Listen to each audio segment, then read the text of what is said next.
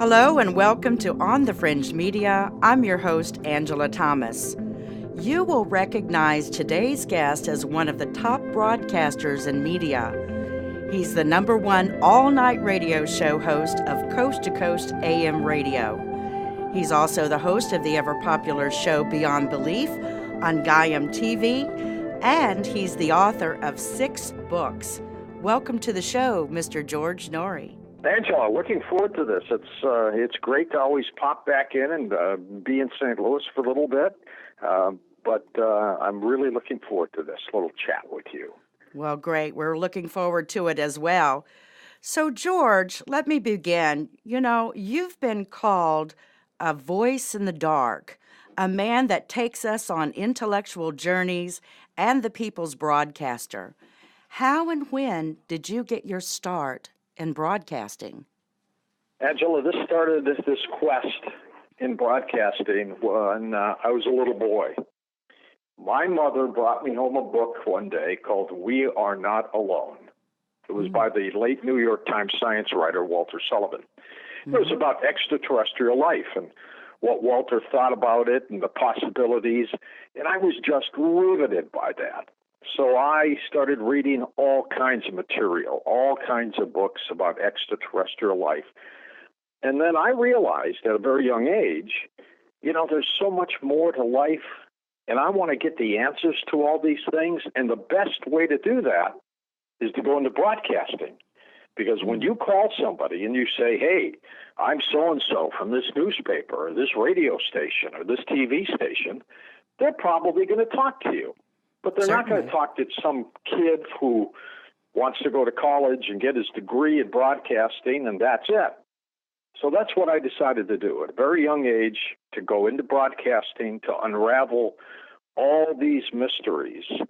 And so that was my quest. So when I got to be college-bound, my father said, George, look, I'm going to help you pay for college. I'm going to be paying for most of it. I'd like you to become a dentist, like your cousins.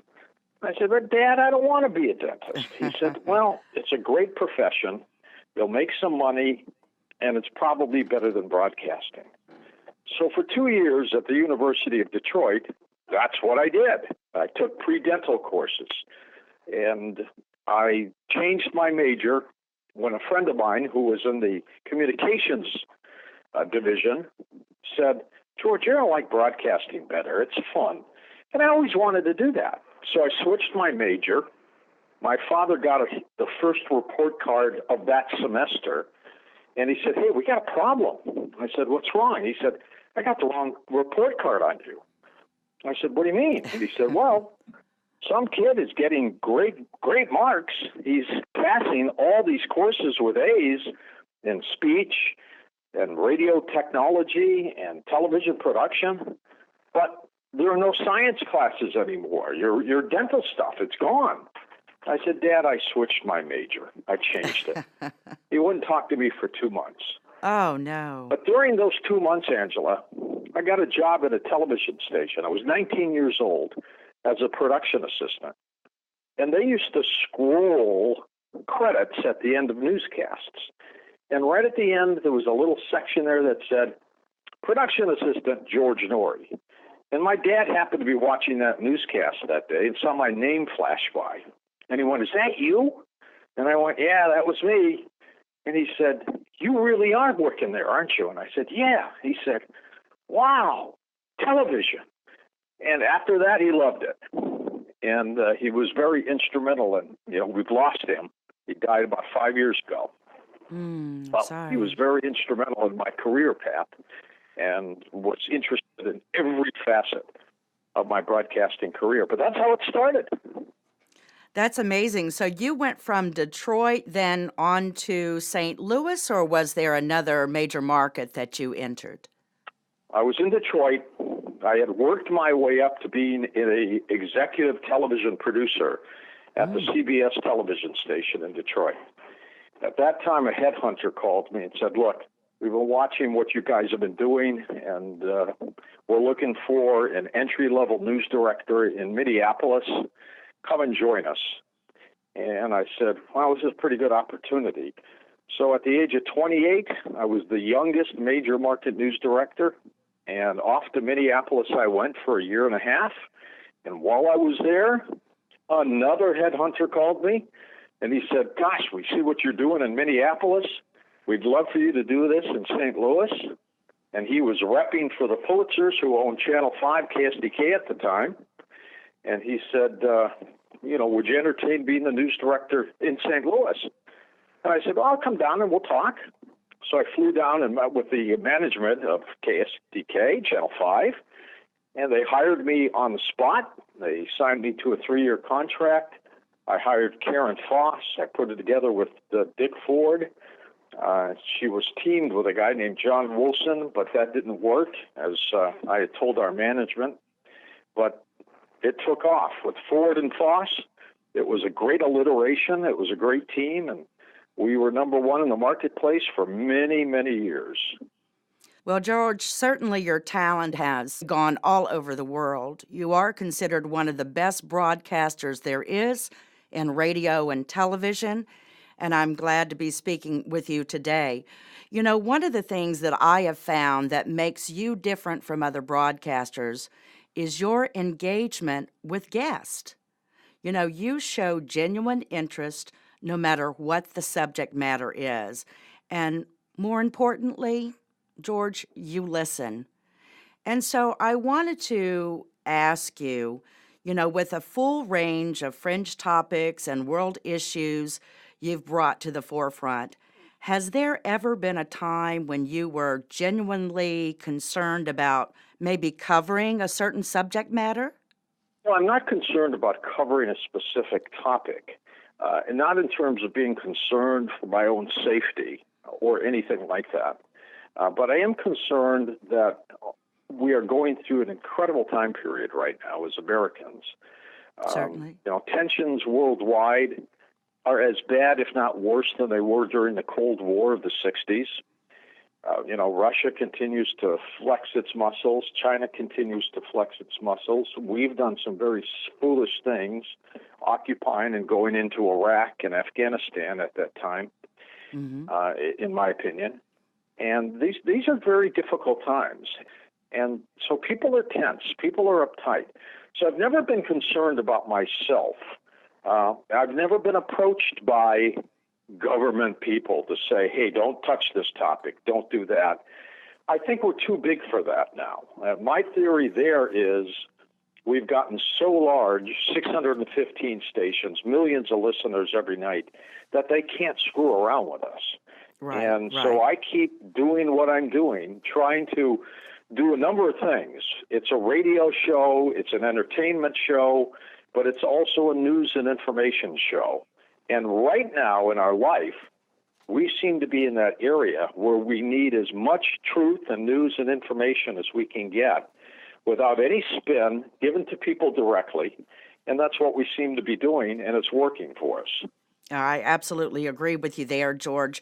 And speaking of, you do have an upcoming book, which is highly anticipated, called Mad as Hell. It's a book that really differs from anything that you've ever written. What's your book about, George, and why are you mad as hell? Well, we just came out with a book called Night Talk, which is a novel, which was fun to put together. But Mad as Hell, Angela, is the story about me. It talks about my youth. It talks about how I got into broadcasting. It talks about where we're going as a world, as a nation. And that phrase, of course, I picked up from the movie Network, where Peter Finch, who played the role of Howard Beale, simply said, I am as mad as hell, and I'm not going to take it anymore. Right. And I have used that phrase many times on our radio program to illustrate the frustration of people. And when I do that during certain open lines and flip that switch, man, the calls just keep rolling in. So the book is about me, and it's a chronology of George Noory, his life, where he's been, where he's going, and where this world is going, based on my perspective.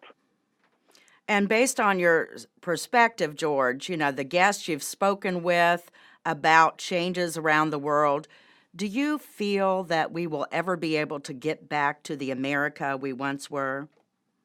I'm pretty hopeful, Angela. I'm not a doomsday person. We may have programs on the show that make you seem like it's the end, but in the long run, I think we're going to be okay. I think that humankind will step up and make this a better planet for everybody, and one day that will happen. I can't wait for that to happen, but we're going to be okay. Now, that's not to say we're not going to have some bounces along the way, that we're not going to have things happen that have been created by mankind, that we may get hit by an asteroid that could change the scope of the planet. But in the long run, I think we're going to come out from all of this better people. Wonderful, wonderful. So, George, I want to talk about your latest book called Night Talk, and it's a novel. And it's described as interesting, entertaining, and I quote, one of the best conspiracy novels I have read. It keeps you on the edge all the way through wondering what will happen next. And that I end that quote. Is there any truth interwoven in the story? Any personal experience of yours that relates to your protagonist, George Norwell, a late night talk host? Well, there's a lot of truth to it, Angela. That talk show host is based a lot on me. Of course, as a novel, I tweaked it and I changed some things. But there's some aspects in there, and I'm not going to tell people directly what they were, but there's some aspects in there that were based on things that had happened to me in my life. And I've interjected that into the book, and it evolved. I mean, the ending did not become the ending the way I planned. It changed as I got into the book and into the story. And what's so great about Night Talk now is several major Hollywood producers and productions have asked me to consider this as a drama show. And that's what they're looking at right now, the possibility of Night Talk being a drama program on one of the major networks or cable outlets. And that would be cool, just to see somebody play me in some form or fashion on this program. Well, let me ask you, when you were writing the book, George, what kind of callers did you get previously that may have influenced your novel? I've had supernatural callers. I've had conspiracy callers who have called with very strange stories, many of which I've interjected in Night Talk, about things that had happened to them. Strange stories with guests who would get involved in controversy with me on the air, and all of a sudden they'd be gone. Their phone line would be clipped. One guest of mine, his name is Jordan Maxwell, said that after he was clipped off our show, he could still hear somebody talking on the other end of the line saying, "You think he got the message now?" Just when he was getting involved in something controversial.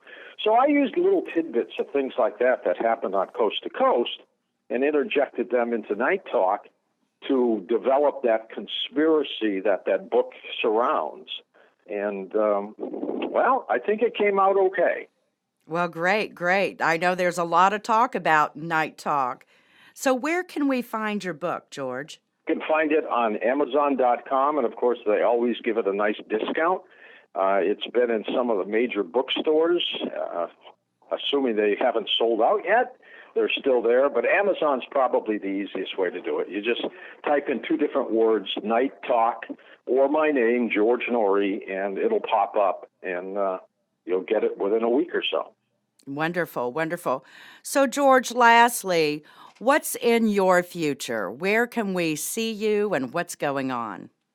Well, we're working on the drama show from Night Talk, which would not include me physically on the screen. That would be a drama. I would love to have someone like Bryan Cranston or John Hamm play me. But I do Beyond Belief, and that's a TV show you can watch at beyondbelief.com. I'm a regular on the History Channel's Ancient Aliens. There are a couple other TV shows in development, like Twilight Zone, where I would literally be me kind of a Rod Serling type. Ooh. Then, of course, the radio station, Angela, which is our staple, which gets bigger and bigger, and we will continue to do. As I've always told my producer, I'm not retiring. We'll just go to a commercial break one day. I will probably die, and you'll go on the air and say, he's not with us anymore. That's the way I want to go out. But not yet. Wonderful. Not yet. Oh, funny. Well, George, it's been a real pleasure speaking with you today. Again, Mr. George Noory. You've been listening to On the Fringe Media. I'm Angela Thomas. Good day.